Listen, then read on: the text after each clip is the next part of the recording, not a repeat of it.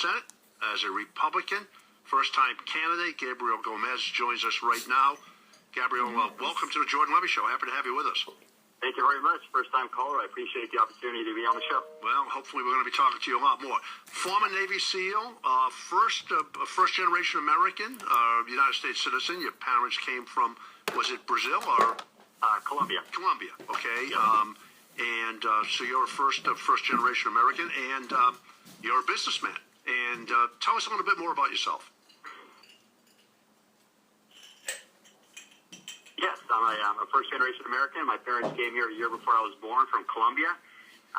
My mom didn't know any English when I was born, so I learned Spanish first.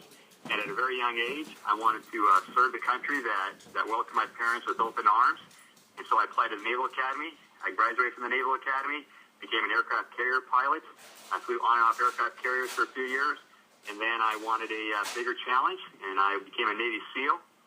And I met my beautiful wife while she was a Peace Corps volunteer in the West Indies during my first SEAL detachment. And we've been married now for 17 years, and we have 4 children, and we live in Cohasset. After I left the Navy after 9 years, I went to Harvard Business School, and I've been in the private sector for 16 years, helping companies grow and be successful. Well, you're the American dream. I mean, you know, when I've talked a lot about that in the show. You're all about what an American dream is, about our opening our borders to allow good people to come in here properly and to be part of that American dream. And a young guy like you gets educated and goes to the Naval Academy, becomes one of our great heroes and serving our country. Thank you for your service. And then gets into the private sector, that dreaded private sector, and becomes successful. Gets married, has a family. Boy, you're everything that America's supposed to stand for. Well, I've been fortunate, and I had a lot of opportunities, and I've been fortunate. Nothing's ever been given to me. I've earned everything, but like I said, I've had a lot of opportunities. I've had a great time serving my country, and I was fortunate to meet my beautiful wife on my first SEAL attachment. And I've got 4 great kids, and I've been having a great time in the private sector, and now I'm just concerned that the opportunities that I had when I was a kid aren't going to be available for my kids if we continue down the path that we're on, and that's why I'm in this race. I think that the path that we're on is unsustainable, and I think that we need new people, different kinds of people down in D.C.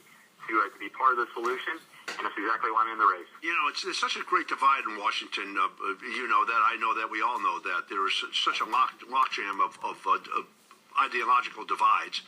How would you, if you were elected to the United States Senate, how are you going to get down there and change that? Well, I just think that, you need to send someone down there who isn't a career person, who hasn't been doing this all their life, who has a fresh perspective, fresh ideas, who has business experience, knowing exactly what is impeding the growth of the companies right now, what they're concerned about. I've been in the private sector 16 years, and I'm willing to work with both sides. I'm willing to do what's best for the people of Massachusetts and for the United States, what I've done all my life. I'm a Navy guy, and I've just been in my DNA that it's better to serve than to be served, and I want to go down there, and I want to do what's right for the American people. Yeah, you got wrapped up because you did some outreach to the governor. You said, there's an open seat here. Governor, give me some consideration. Maybe you can appoint me for this seat. I agree with the president on some issues. And so the minute you stepped off the curb and started talking about, go down there and work both sides of the aisle, you got creamed. Yes, but the governor had a unique opportunity to reach across the aisle and appoint a Republican to go down there and work on the issues that the American people care about. What we've heard consistently is people are concerned about the $16 trillion in debt. They're concerned about the fiscal situation of our country. And I thought that the government had a great opportunity to reach across the aisle, because the partisan politics in D.C. right now with the career politicians, it's just become unbearable. And look what we've got as a result of that. We've got gridlock, dysfunction, and failure. And we need to start sending people down there that are not career, that have fresh ideas, and actually have private sector experience that can actually reach across the aisle and get things done. Gabriel, you reached out to the governor, and that's a done deal. You've also come out with a 7-point plan of what you want to institute. Has that had any traction out there with the people that you've been talking to?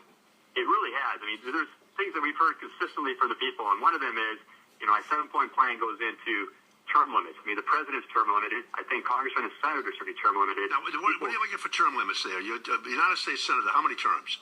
2 terms, and I would never ask anybody to do something I wouldn't do myself. So that's 2 terms. 8 years, 12 years, you're out.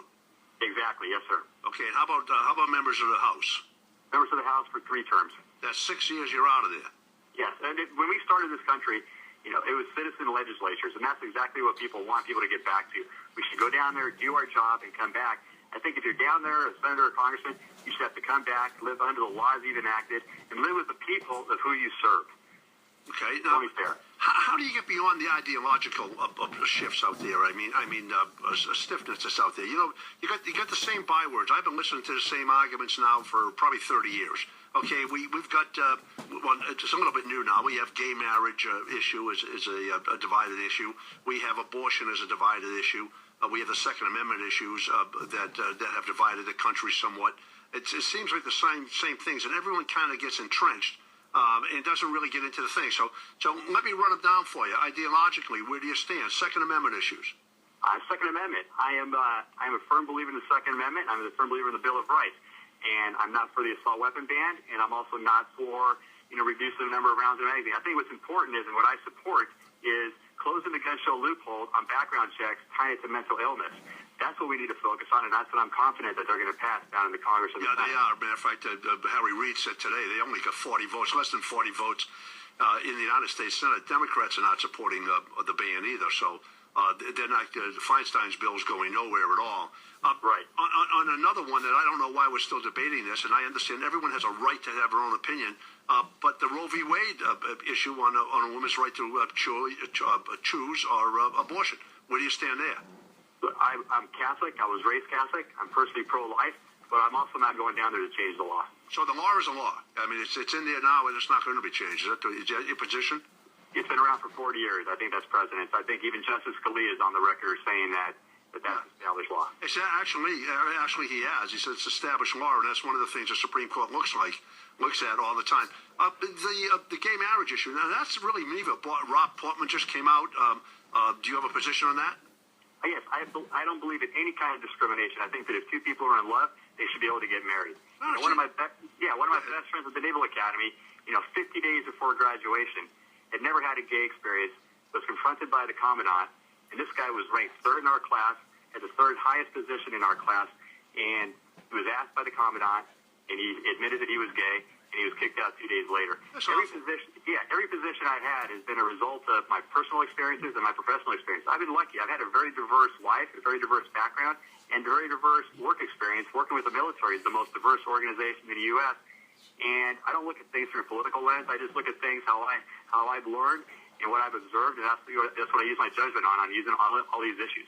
Gabriel, why were you motivated to run for this seat? I mean, you have to know. You're a bright guy. You're a professional. You're a businessman, well-educated. You have to know this is an uphill fight for you. Oh, it is. I understand that. And, all my friends were saying, are you crazy? You've got a great family. I don't think you're crazy, but it is an uphill fight. No, it is. It's they said you got a great job, you got a great family, politics is dirty, you've got a great reputation, they're going to smear you. But it's very simple why I'm running. I want to serve. I started my career in the military, serving for 9 years. I've been in the private sector. I also have 4 children that are 13 down to 8, and I'm concerned that they're not going to have the same opportunities that I had when I was a kid. And I think that each generation should pass a better generation off to their kids, and I want to be part of the solution. I'd rather try and to just remain on the sidelines complaining.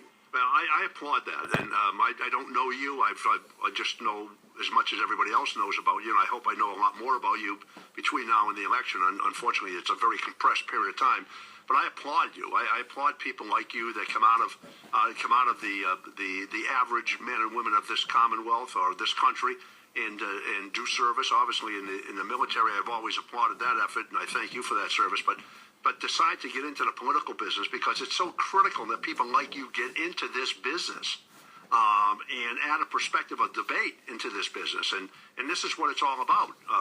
We have such entrenched political bases on the Democrat and Republican side that we've really lost our perspective of where this country was and where we have to bring it. I agree with you. And our campaign from day one has been a campaign of inclusion.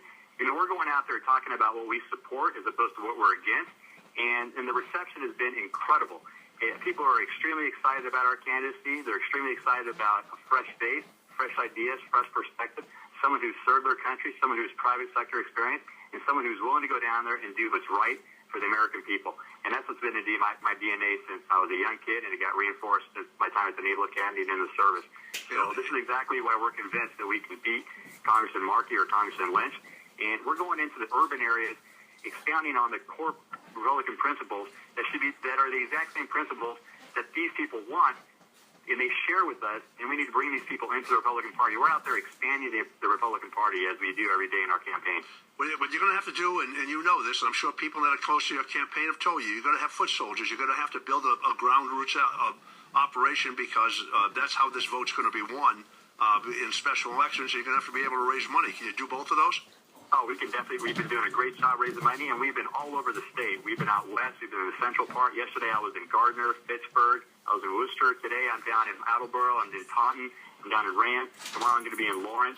This past weekend, I was down in Scituate. I was down in Chatham on the Cape, and we've been up in the North Shore. We're going to be in the urban areas. We're going to be in Lawrence tomorrow and Lowell.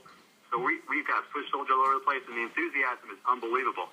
If people are excited, they're looking for a fresh face, and we're having people just join us on Facebook, on Twitter, and I'm honored by just the enthusiasm I received on the campaign trail. All right, I'm going to talk to you again. I hope I have that opportunity to do so before the elections, and you certainly have entree to call me anytime you have some issues that you want to discuss. If people want to get involved in your campaign, how do they do it? How do they get in touch with you?